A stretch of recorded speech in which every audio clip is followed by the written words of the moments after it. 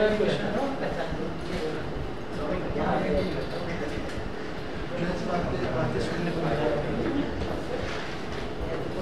एक question note करिएगा। Question है सॉल्व फॉर x 4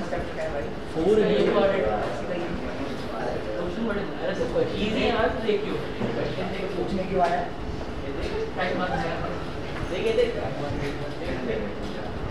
4 into 2 की पावर 2x 4 into 2 की power 2x plus 1 minus 9 into 2 की पावर x minus 9 into 2 की पावर x और प्लस 1 अलग है इज इक्वल टू 0। ठीक है, तो पहला क्वेश्चन ये दे रखा है। अब इसको कैसे करना है? उन्होंने बोला है कि सॉल्व फॉर x, मुझे x की वैल्यू निकालनी है। तो x की वैल्यू कैसे निकालेंगे? जैसे कि 4 मल्टीप्लाइड बाई 2 की पावर 2x प्लस 1 ये दे रखा है। तो क्या करेंगे? 4 मल्टीप्लाइड बाई वैसे 2 की पावर 2x है तो इसे लिखेंगे 2 की पावर x का स्क्वायर। बल्कि एक काम करो, इसको ऐसे लिखो 2 की पावर 2x इंटू 2 की पावर 1 माइनस 9 इंटू 2 की पावर x प्लस 1 इज इक्वल टू 0। ये समझ गए?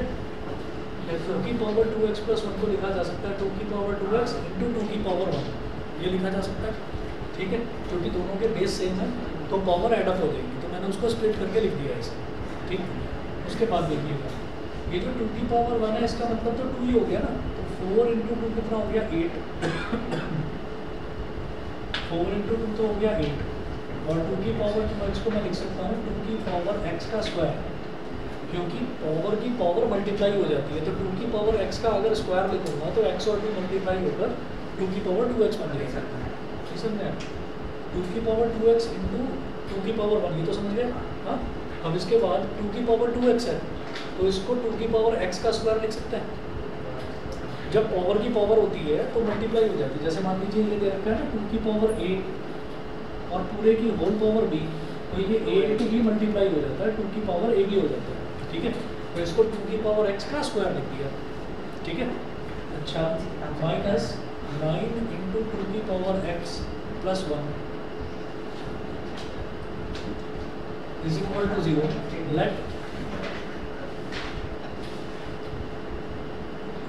लेट 2 की power x is equal to y। अब जो 2 की पावर x है उसको आपने y के बराबर मान लिया है। तो ये क्या हो जाएगा 8 multiplied by 8 multiplied by y, 8y square minus 9y plus 1 8y square minus 9y plus 1 is equal to 0। Quadratic equation बन गई। तो ये जो y स्क्वायर का कोफिशिएंट 8 है ये मल्टीप्लाई हो जाएगा कांस्टेंट टर्म के साथ। तो 8 इंटू 1 कितना हो गया 8 इंटू 1 हो गया 8। ठीक, उसके बाद देखिएगा जब 8 इंटू 1 8 हो गया तो हम माइनस 9 को किस तरह से स्प्लिट करें? 8y square minus 8y minus 1y minus 8y और माइनस 1y कितना हो जाएगा माइनस का 9y और माइनस 8 मल्टीप्लाइड बाई माइनस 1 कितना हो जाएगा प्लस का 8 इज इक्वल टू 0। समझ गए? ठीक है, अच्छा अब इन दोनों में क्या होगा? क्या हो गया भाई उधर बैठ जाओ। इसमें से 8y कॉमन ले लिया, यहाँ क्या बचा y माइनस 1 और इन दोनों में से क्या कॉमन लेंगे माइनस 1 कॉमन लेंगे ताकि ब्रैकेट में y माइनस 1 बच जाए इज इक्वल टू 0। तो इधर भी y माइनस 1 इधर भी y minus 1 y minus 1 multiplied by 8y minus 1 is equal to 0। ये हो गया। तो इधर से मैं बोलूँगा y minus 1 is equal to 0 और इधर से बोलेंगे 8y minus 1 is equal to 0। y is equal to 1 और यहाँ से हम निकालेंगे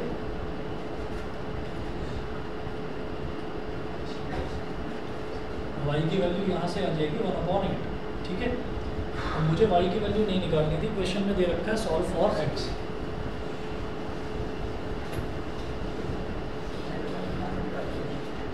क्वेश्चन में दिया हुआ है सॉल्व फॉर एक्स, तो वाई को मैंने क्या एज्यूम करा था, 2 की पावर एक्स।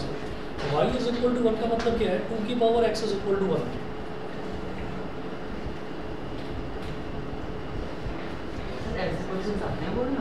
हाँ आ सकते हैं, 2 की power x is equal to 1, और इधर वाई का मतलब क्या है, अगेन 2 की पावर एक्स, तो 2 की power x is equal to 1/8। ठीक है, अब हमें क्या करना है कि ये जो 1 है, इस 1 को मैं क्या बोल सकता हूँ, जैसे ये तो हो गया 2 की पावर x, और इसको क्या बोल दीजिए 2 की पावर 0। 2 की power x is equal to 2 की पावर 0। 2 की पावर 0 क्या हो जाएगा, 1 ही तो हो जाएगा। ठीक, ऐसे ही यहाँ पर ये है 2 की पावर x और इज इक्वल टू 1/2 की पावर 3। तो यहाँ पर जब बेस सेम है तो इसका मतलब पावर भी सेम होगी, तो इधर से आ गया x इज इक्वल टू 0, और ये 2 की पावर x और ये 2 की पावर 3 डिनोमिनेटर में ऊपर आकर 2 की पावर -3, तो इसका मतलब x की वैल्यू क्या आ गई, -3। ये क्वाड्रेटिक इक्वेशन थी, और इसमें x की 2 वैल्यूज आ गई, x की एक वैल्यू आ गई 0 और x की एक वैल्यू आ गई -3। समझ गए? दूसरा बताओ, बंद हो गया।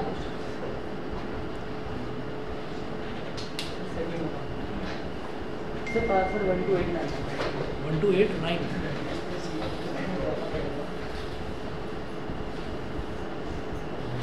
एक और क्वेश्चन लिखिएगा।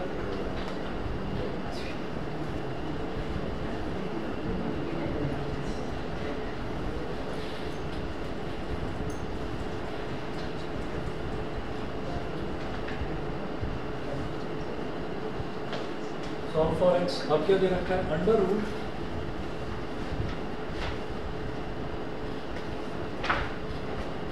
x upon 1 minus x plus under root 1 minus x upon x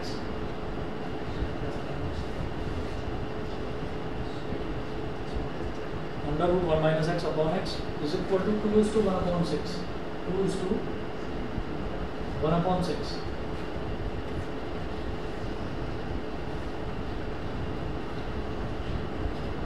Under root x upon under root 1 minus x plus under root 1 minus x upon under root x, ये हो गया 6 to the 12, 12 plus 1 कितना हो गया 13, 13/6 हो गया। ठीक है, अब देखिएगा इस क्वेश्चन को किस तरह से करना है। ये तो समझ गए, इनको अलग अलग स्प्लिट करके लिखा जा सकता है। अच्छा, अब जब बिल्कुल हमारे पास डिनोमिनेटर की टर्म्स बिल्कुल अलग अलग हो जाती हैं, तो उनका एलसीएम कैसे लिया जाता है, दोनों को मल्टीप्लाई कर देते हैं। तो हमने दोनों को कर दिया मल्टीप्लाई, तो under root 1 minus x multiplied by under root x, ये हो गया। ये दोनों आपस में मल्टीप्लाई हो गए, दिस इंटू दिस, तो root x into root x क्या हो जाएगा x, plus this into this, तो root 1 minus x multiplied by root 1 minus x, ये क्या हो जाएगा 1 minus x।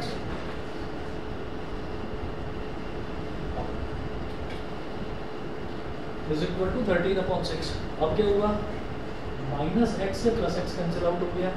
ठीक है, इतना हो गया।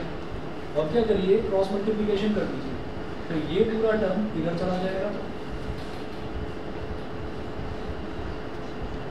13 into root 1 minus x into root x is equal to 6 into 1। 6 into 1 कितना हो गया 6। अब क्या करेंगे, दोनों तरफ स्क्वायर कर दीजिए, स्क्वायरिंग बोथ साइड्स।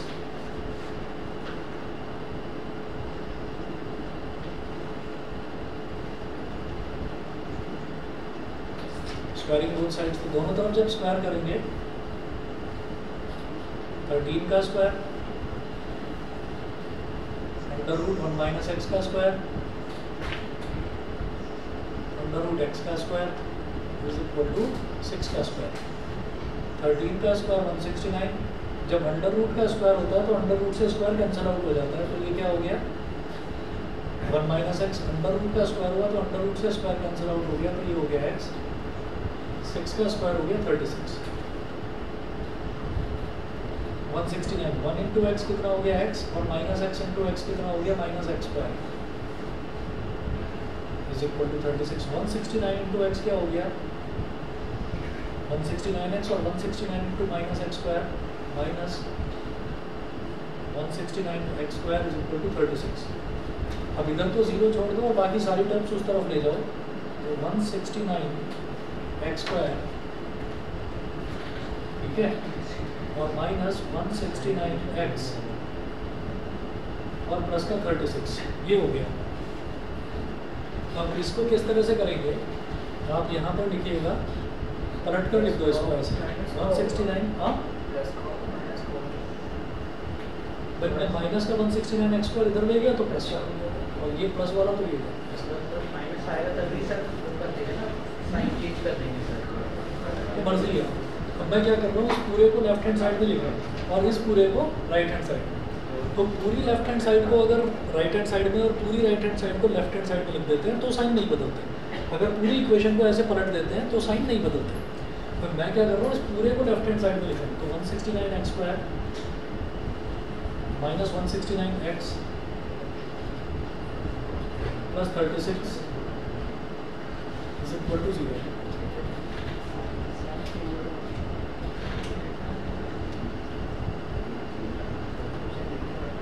अब यहाँ पर एक बार के दिमाग में ये आ रहा था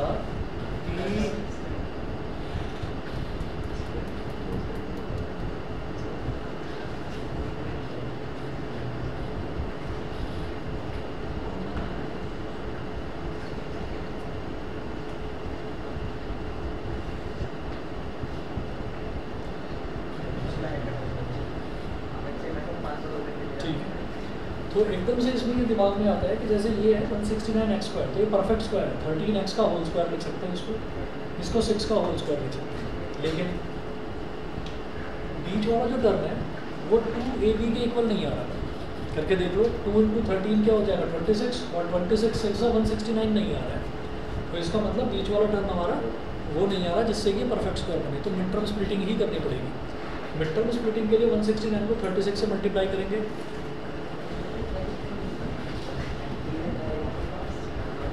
और इसको क्वाड्रेटिक फार्मूला से भी करा जा सकता है।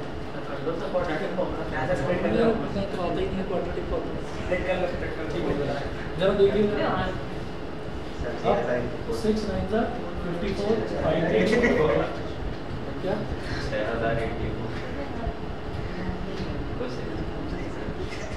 6 9 54 5 कैरी 6 6 36 और 5 41 4 कैरी 6 1 6 और 4 10 0 1 4 फिर 3 से करेंगे 3 9 27 2 कैरी 3 6 18 और 2 20 2 कैरी 3 1 3 और 2 5 ये हो गया।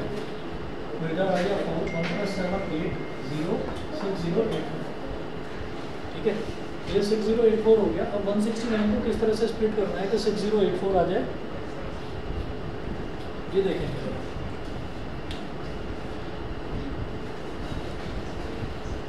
तो 6084 के प्राइम फैक्टराइजेशन कर दीजिए।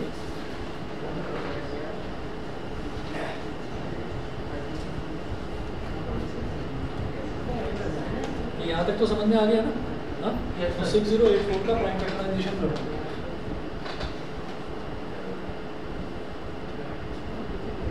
2 3 6 2 0 0 2 4 8 2 2 4 2 15 30 2 2 4 2 1 2 अब ये 2 से तो डिवाइड होगा नहीं ठीक है 3 से हो जाएगा 3 5 15 3 0 0 3 7 फिर 3 से हो जाएगा 3 1 3 5 -3 कितना हो गया 2 0 20 3 6 18 3 9 ठीक है। अब ये जो 169 है ये किससे होगा ये सीधा 13 से होगा 13 13 169 और 13 1 13 ठीक है। अब हमें देखना है कि उसका मल्टीप्लिकेशन तो 6084 के बराबर आ जाएगा लेकिन क्या करें इनको किस तरीके से करना होगा ये देखिए।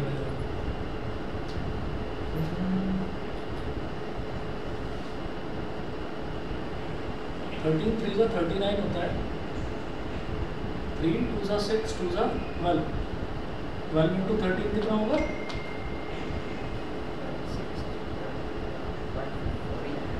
12 3 जा 36, 3 कैरी, 12 1 जा 156 हाँ 156 156 और 13 156 और 39 नहीं बन रही बात।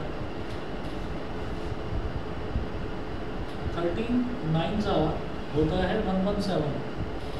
सही मैं भी सर दिमाग कर रहा था और डाटा काउंट क्या करूँ कर लो, आप ज़्यादा एक्सपर्ट हो उसमें।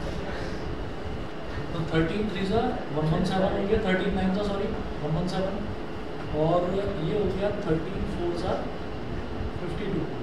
अब जरा इनको ऐड करके देखो, ये 169 आ गया, ठीक है।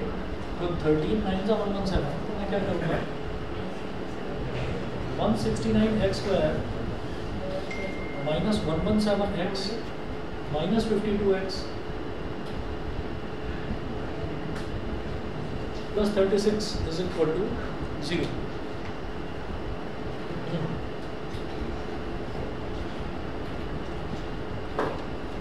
तो इन दोनों में देखिएगा क्या कॉमन आ रहा है भाई, दोनों ही जो नंबर्स हैं ये 169 और ये 117, ये दोनों ही नंबर्स 13 के टेबल में आते हैं। 13x कॉमन ले लिया तो यहाँ क्या बचेगा 13x माइनस 13 9 जा 117 होता है माइनस 9। यहाँ से फिर क्या कॉमन लें ताकि 13x बचे, 13 4 जा 52 होता है, तो माइनस 4 ले लिया कॉमन, तो ये क्या बचा 13x 4 9 जा 36, ठीक है। तो हमारे पास आ गया 13x minus 9 into 13x minus 4 is equal to 0। x is equal to 9/13 और x इज इक्वल टू 4/13।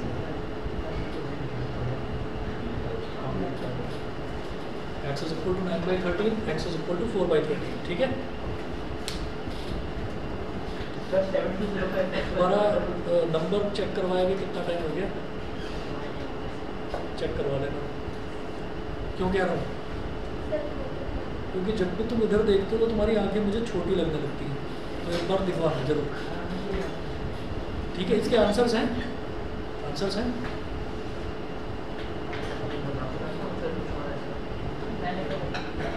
और कौन सा था 11th वाला जो है सर मेरे को डाउट है कि उन्होंने ब्रैकेट में रखा है कुछ सिंबल है वो जी का। 11th वाले में ये दे रखा है हमको, मॉड वाला है 11th भी और 14 भी, ठीक है।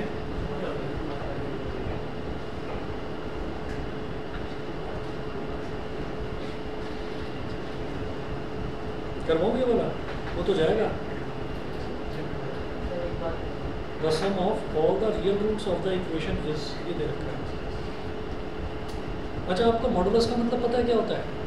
सर इसमें प्लस माइनस का नहीं मानते, रिजल्ट जो है, रिजल्ट उसका पॉजिटिव ही आता है, मॉडुलस का रिजल्ट पॉजिटिव ही आता है। देखिए क्वेश्चन तो दोनों ही आसान हो जाएंगे, कोई ऐसी बात नहीं है, अगर कहो तो करवा देता हूँ, लेकिन बाकी बच्चों के मतलब के नहीं है, तुम्हारे मतलब के तो है, बाकी बच्चों के मतलब के नहीं है, तो इनको छोड़ो।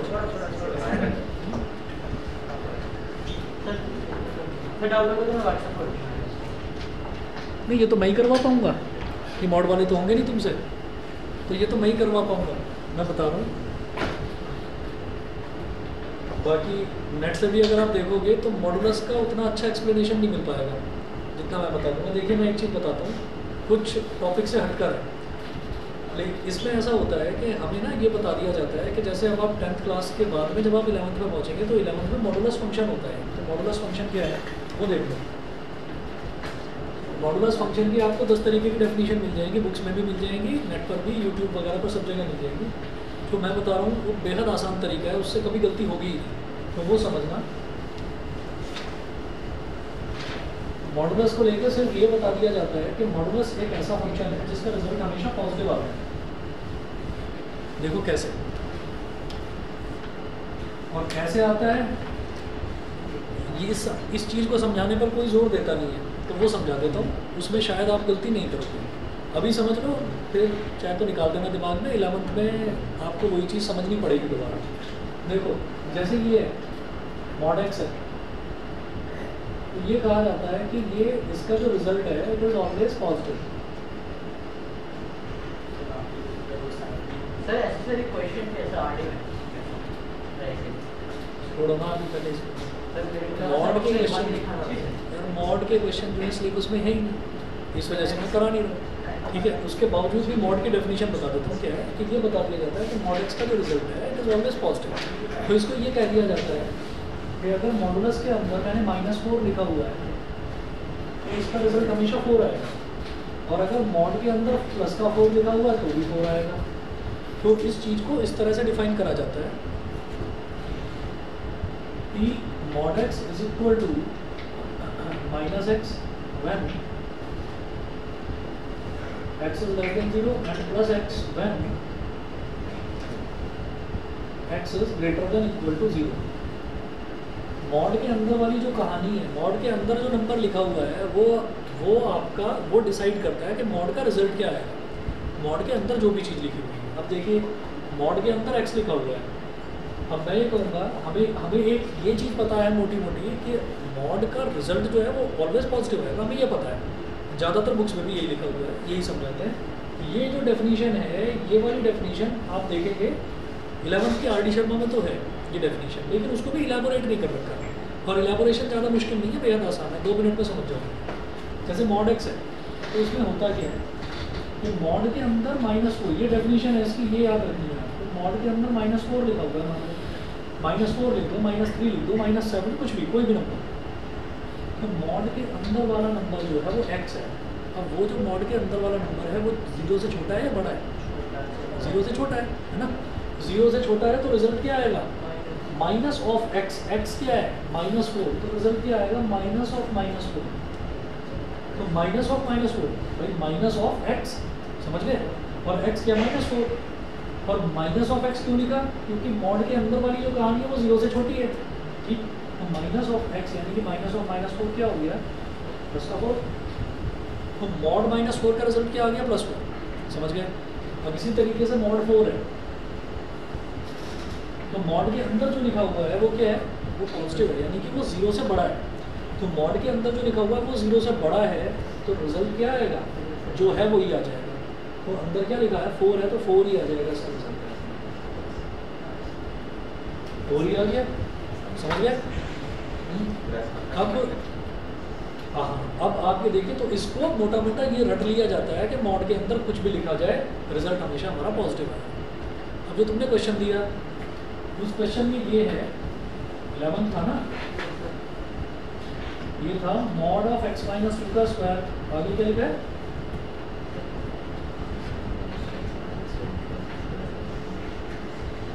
यही है या माइनस है?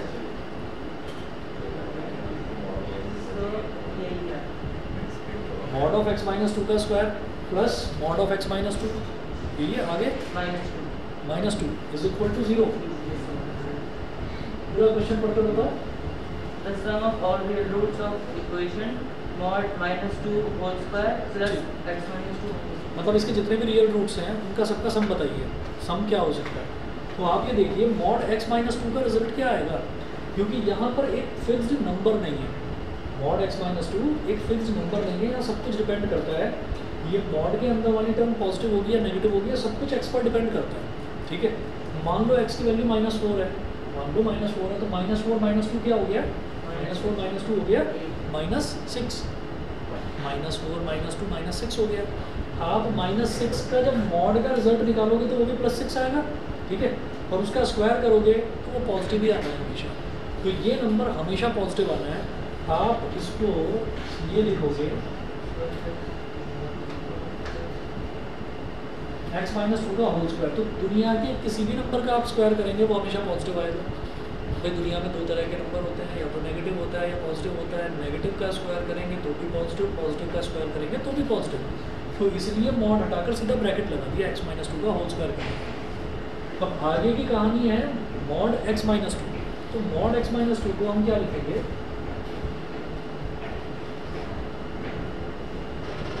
Plus minus x - 2 -2 is equal to 0। Plus minus x - 2 में क्यों लिख रहा हूँ? क्योंकि आप ये देखो कि अगर अंदर वाली टर्म नेगेटिव आई, ये सब कुछ x पर डिपेंड कर रहा है। अगर अंदर वाली टर्म टोटल टर्म नेगेटिव आई तो फिर ये माइनस लिया जाएगा। क्योंकि वो माइनस ही तो माइनस से मल्टीप्लाई होकर उसको प्लस बनाएगा, और अगर अंदर वाली टर्म पॉजिटिव आ गई तो फिर प्लस लिया जाएगा। तो either negative will be the sign और positive will be the sign, क्योंकि नेगेटिव साइन भी मल्टीप्लाई करके उसको पॉजिटिव बनाएगा, और अगर अंदर वाली टर्म पॉजिटिव है तो बाहर पॉजिटिव लिया जाएगा। समझ गए कि नहीं?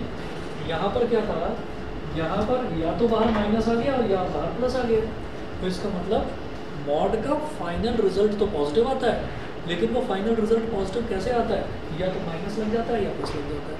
तो इसलिए मैंने कहा there will be two possibilities, either plus और माइनस, लेकिन यहाँ एक ही पॉसिबिलिटी होगी क्योंकि स्क्वायर करा जा रहा है।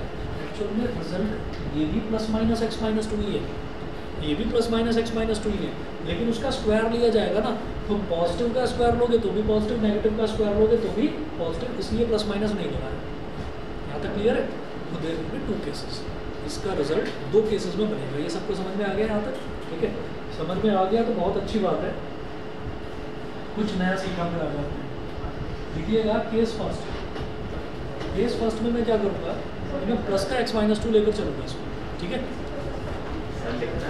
हाँ लिख लो इसको, नई चीज़ है मैं बता तो रहा हूँ, ये एक ऐसी चीज़ है जो और बच्चों को नहीं पता होगी इस लेवल पर, 11th में आके सब जानने हैं, ठीक है?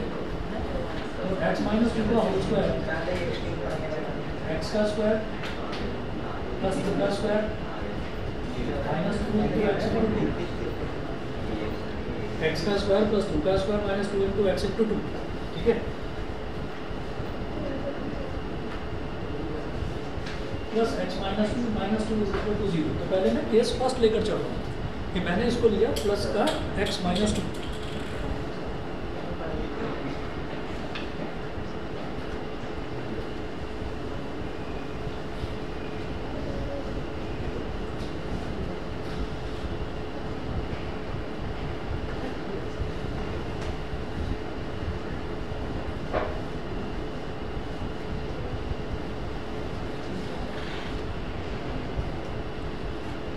तो एक्स का स्क्वायर क्या हो गया, एक्स स्क्वायर,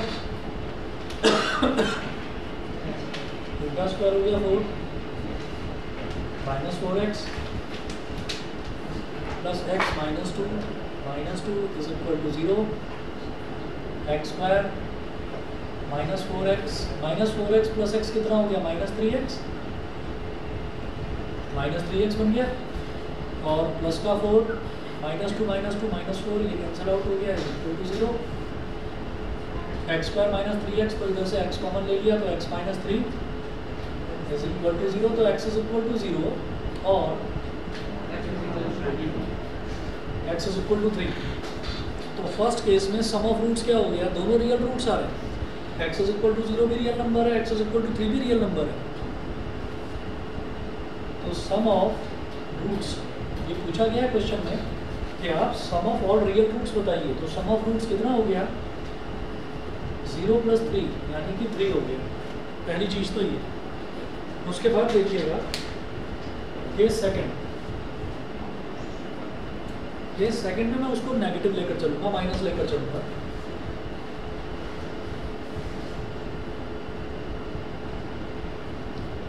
एक्स माइनस 2 का होल स्क्वायर माइनस का x minus 2 is equal to 0, तो एक्स का स्क्वायर प्लस 2 का square minus 2 into x into 2 minus x और माइनस माइनस प्लस का 2 minus 2 is equal to 0, minus 2 plus 2 cancel out हो गया, x square plus 4 minus 4x minus x is equal to 0, ये बन गया x square minus 5x plus 4 is equal to 0, ठीक है? तो ये क्या बन जाएंगे इसके फैक्टर्स देखिए, x square minus 4x minus 1x plus 4 is equal to 0, minus 4 minus 1 कितना बन जाएगा, माइनस 5, और माइनस 4 इंटू माइनस 1 बन जाएगा प्लस का 4, ठीक है? तो फैक्टर्स क्या हो गए, एक्स कॉमन ले लिया तो एक्स माइनस 4 माइनस 1 कॉमन ले लिया तो x minus 4 is equal to 0, तो x minus 4 into x minus 1 is equal to 0, तो रिजल्ट क्या आ गया, either x is equal to 4, either x is equal to 4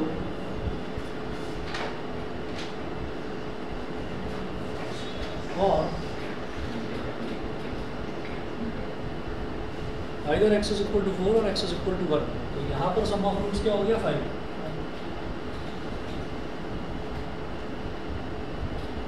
4 plus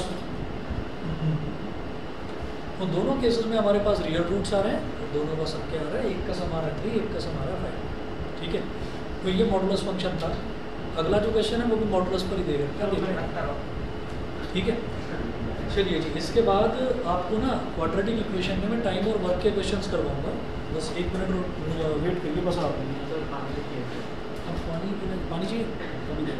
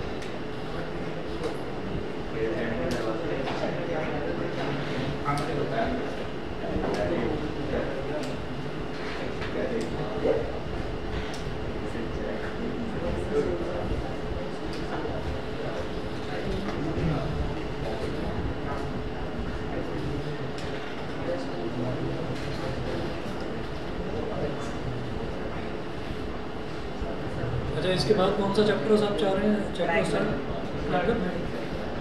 triangle या एपी? ट्रायंगल ही चाहिए। ट्रायंगल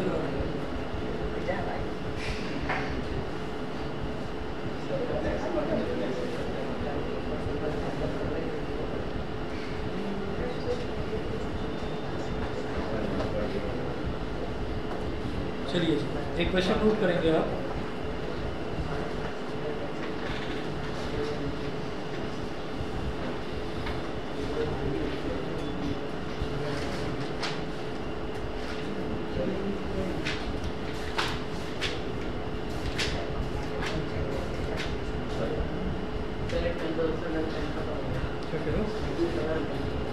पेन देख लो भाई, किसी के पास है एक्स्ट्रा पेन? दे दो भाई आरुष, एक्स्ट्रा पेन उनको दे दो। अच्छा अच्छा,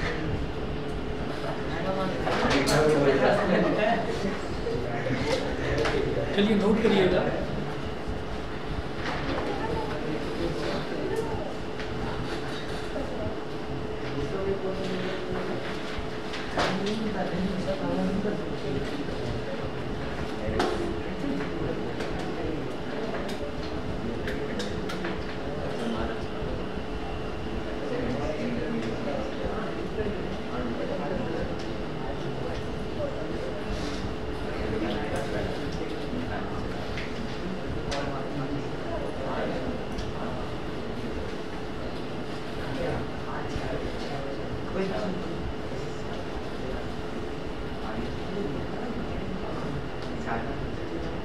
लिखिएगा word problems based on time and work. Word problems based on time and work.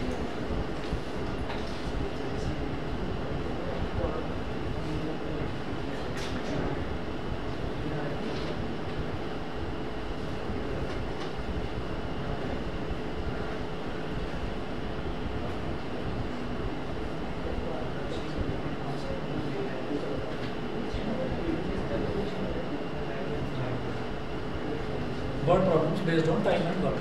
Example number 1 लिखिएगा. A takes 6 days less than the time taken by B. अरे कंप्लीटिंग द स्क्वायर के questions भी आते हैं ना? नहीं, सिलेबस में से हटा दिया.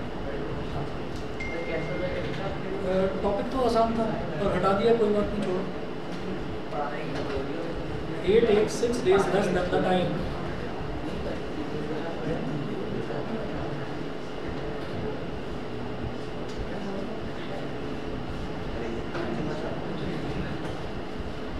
A takes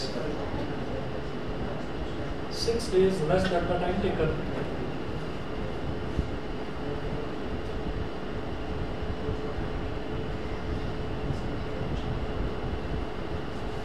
A takes 6 days less than the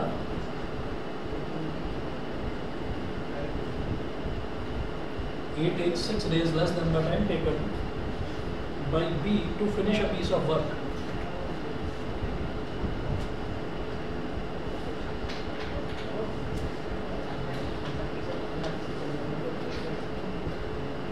Finish a piece of work. A takes 6 days less than the time taken by B to finish a piece of work. Full stop. If both A and B together can finish it,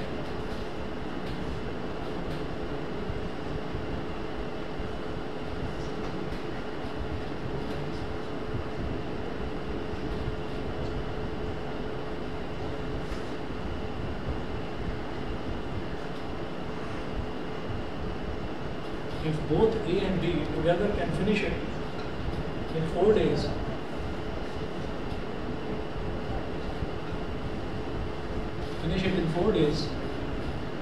comma, find the time taken by B to finish the work.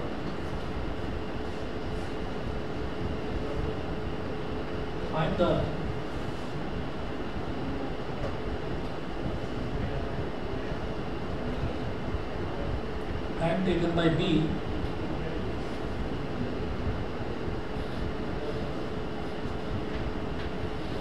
time taken by B to finish the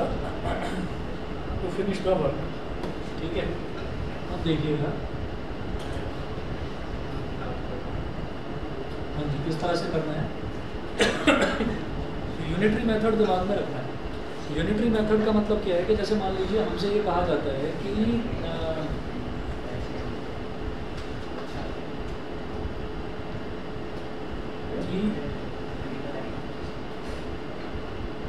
₹15 में आप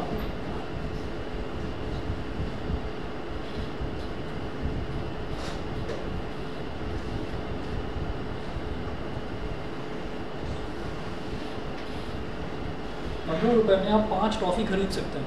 अगर ये बोल दिया जाए कि ₹15 में आप 5 टॉफ़ी खरीद सकते हैं, तो ₹1 में कितनी टॉफ़ी आएगी? ₹1 में कितनी टॉफ़ी आएगी? 5/15.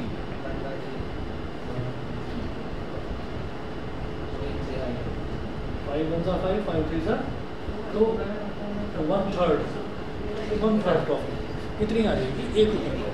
ठीक है. अब इसी तरीके से अगर उल्टा कर दिया जाए, ये क्या है कि आपसे ये पूछा जा रहा है कि ₹1 में टॉफ़ी कितनी आएगी. तो इसका मतलब क्या है कि ₹1 में जो भी चीज़ आएगी, जो भी आइटम आएगा, तो जो मैं कैलकुलेट करना चाहता हूँ कि कितनी टॉफ़ी आएंगी, उसको मुझे राइट हैंड साइड में रखना है. उल्टा भी हो सकता है कि अगर ये बोला जाए कि 5 टॉफ़ी ₹15 में है, तो उल्टा लिखो इसको.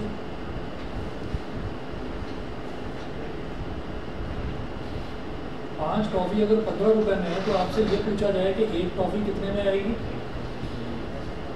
तो आप बता देंगे 15/5. तो 1 टॉफ़ी जो है उसकी कीमत कितनी है? ₹3. ये हो गया. इसका मतलब क्या है? इसका मतलब ये है कि यूनिटरी मेथड में किसी भी वे में अप्लाई कर सकता हूँ, सीधा भी उल्टा भी. मतलब यहाँ पर मैंने ये जानना चाहा कि भाई ₹1 में मैं कितनी टॉफ़ी खरीद सकता हूँ, तो हमने ये देखा भाई 1/3 टॉफ़ी आएगी, पूरी 1 टॉफ़ी की नहीं आएगी ₹1 में. कोई बात नहीं, हमने ₹1 के लिए निकाल लिया ना. कैसे निकाला? जो भी यहाँ पर रूबी वाला अमाउंट लिखा था वो यहाँ डिनोमिनेटर में चला गया. इसी तरह से हमने कहा कि अब मैं ये निकालना चाहता हूँ कि 1 टॉफ़ी कितने में आ जाएगी. यहाँ क्या था कि ₹1 में कितनी टॉफ़ी, हाउ मच टॉफ़ी. तो जब पूछा जा रहा है हाउ मच टॉफ़ी, तो आपने टॉफ़ी वाली क्वांटिटी को राइट हैंड साइड पर रख दिया पहले ही. अब पूछा जा रहा है कि एक टॉफी कितने रुपए की, हाउ मच मनी, तो जब हाउ मच मनी तो फिर मनी को राइट हैंड साइड में रखेंगे, ठीक है।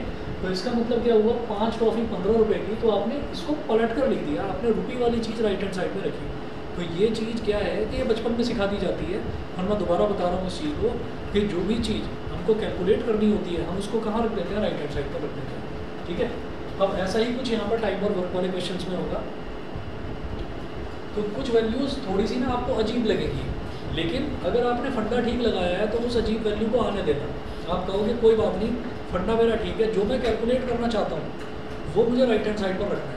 मैंने यहाँ पर टॉफीज़ कैलकुलेट करनी चाहिए तो राइट हैंड साइड में रख दी, मैंने यहाँ पर रुपी कैलकुलेट करना चाहा तो रुपी को राइट हैंड साइड में रख दिया। यूनिटरी मेथड के लिए क्या करेंगे, जो भी यहाँ लिख रहा है वो यहाँ डिनोमिनेटर में चला जाएगा, समझ गए, ऐसा करेंगे। तो अब आ जाइए इस पर, 8 takes 6 days less than the time taken by B to finish a piece of work। एक वर्क कुछ भी हो सकता है, चाहे वो दीवार बनाने का काम हो, चाहे वो दीवार तोड़ने का काम हो, कुछ भी हो, ठीक है। अब वो बाबा का बुलडोजर अगर है तो एक मिनट में टूट जाएगी। तो देखिए 8 takes 6 days less than the time taken by B to finish a piece of work। तो कोई भी काम हो सकता है, कोई एक काम है, उस काम को फिनिश करने में B जितना टाइम लेता है ना, A उससे 6 दिन कम लेता है, A उससे 6 दिन कम लेता है।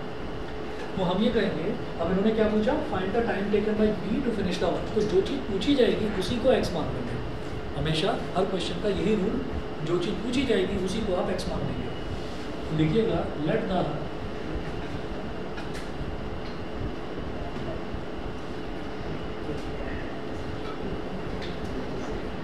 The time taken by B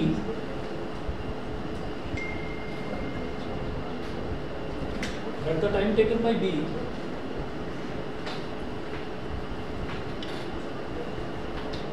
let the time taken by B to finish a work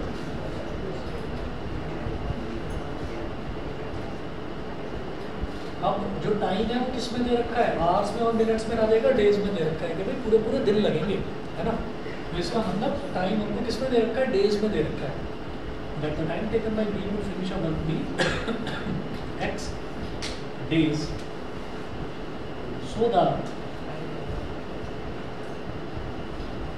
time taken by A to finish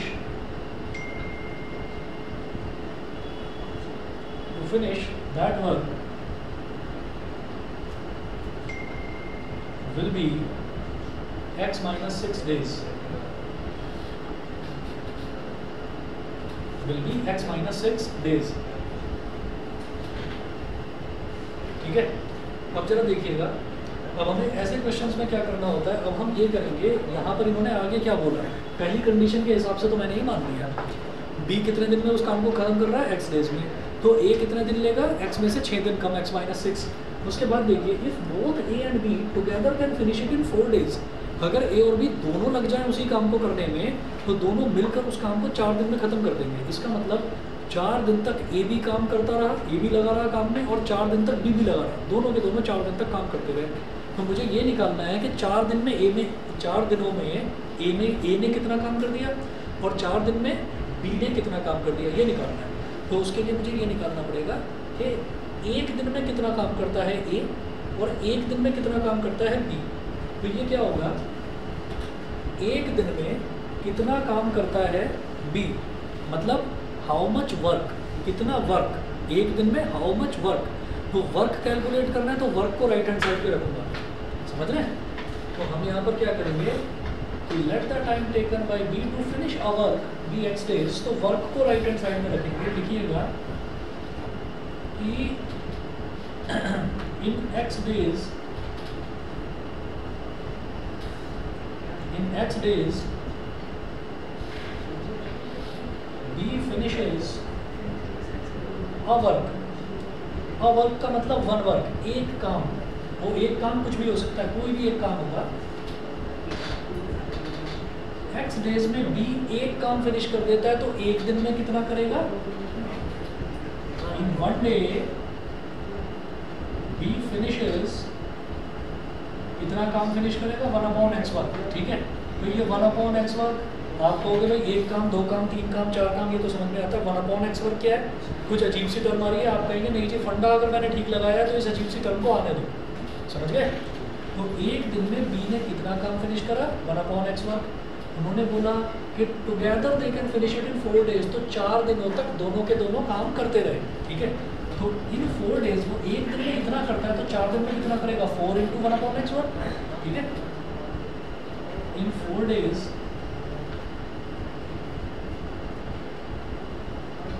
B finishes 4 × 1/x1, 4 × 1/x1, ये समझ में आ गया, ठीक है। यही कहानी आगे करी जाएगी। ऑनलाइन वाले बच्चे बताते हैं समझ गए कि नहीं? Yes sir. ठीक है, यस सर। चलिए जी, तो फिर आगे चलता हूँ मैं इसमें। इन x - 6 days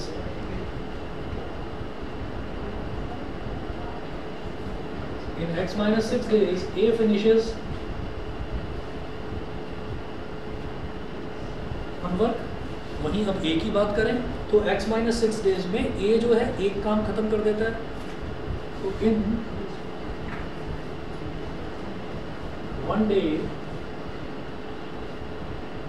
A finishes 1/x - 6 work। 4 दिन तक A भी काम करता रहा, तो 4 दिन में कितना करेगा?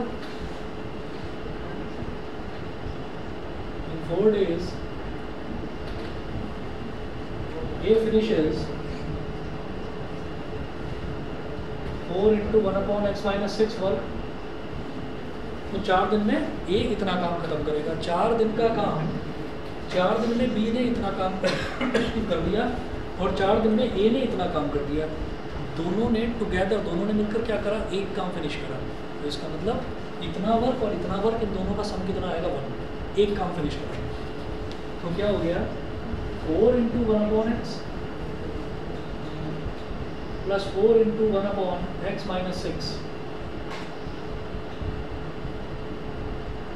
ये किसका काम हो गया? B का काम। ये किसका काम हो गया? A का काम, ठीक है। ये हो गया B's वर्क, ये हो गया A's वर्क, है ना। तो दोनों ने मिलकर तो एक ही काम खत्म करा ना, लिखा हुआ है ना। If both A and B together can finish it, it मतलब एक काम बस। तो इधर भी 4 है, इधर भी 4 है, 4 ले लो कॉमन। ब्रैकेट में क्या बचा? 1/x plus 1/x - 6 is equal to 1। अब ये 4 कॉमन ले लिया, इधर जाकर डिनोमिनेटर में चला जाएगा। इधर x और x - 6 का ले लो एलसीएम, तो x × x - 6 ये हो गया 1/4।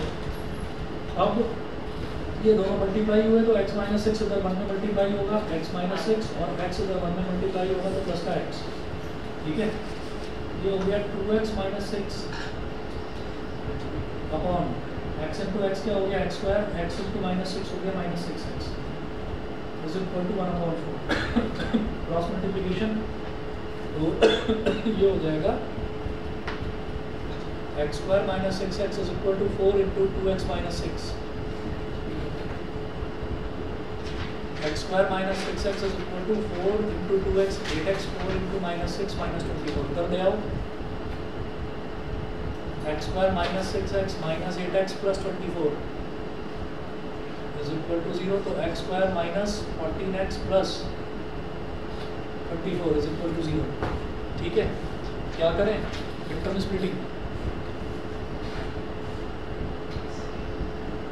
-12x - 2x + 24 is equal to 0। -12 और -2 -14 हो जाएगा। -12 मल्टीप्लाइड बाय -2 प्लस का 24। x कॉमन ले लिया, x × -12 -2 कॉमन ले लिया, x - 12 is equal to 0। तो x - 12 ×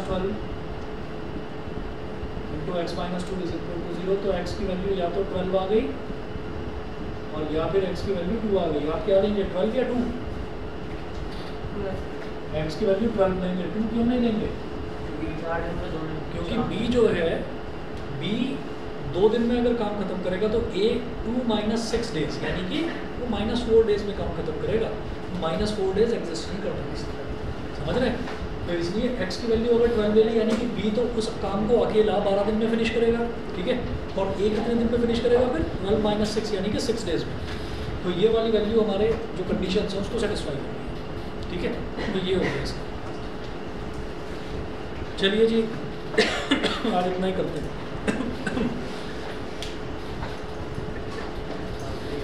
ठीक है। मैसेज चेक कर लेना, okay okay okay, message check कर लेना। मोस्ट प्रोबेबली कल भी 4:30 बजे इनका क्लास, ठीक है। हाँ सुबह, हाँ सुबह ले लेते हैं कल क्लास, ठीक है। सुबह 9 बजे जो वो रेड ऑप्शन नहीं एक्स्ट्रा क्लास, उसके अलावा 4:30 बजे तो होगी।